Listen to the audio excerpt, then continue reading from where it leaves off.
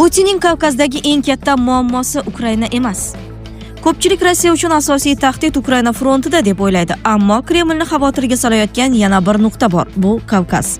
Aynan shu yerda Rossiyaning eng nozik nuqtalaridan biri joylashgan. Checheniston Putin uchun oddiy hudud hech qachon bo'lmagan.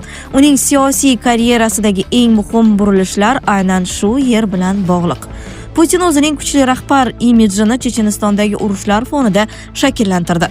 Moskva uchun bosh og'rig'i bo'lgan bu hududni nazorat qilish uchun esa u mahalliy kuchli shaxsga tayandi. Bu shaxs Ramzan Qodirov. 20 yildan ortiq vaqt davomida Qodirov Kremlning Kavkazdagi asosiy tayanchi bo'lib keldi. Biroq yillar davomida qurilgan barqarorlik tizimi bugun ichki bosim ostida qolmoqda. Nima uchun Moskva xavotirda?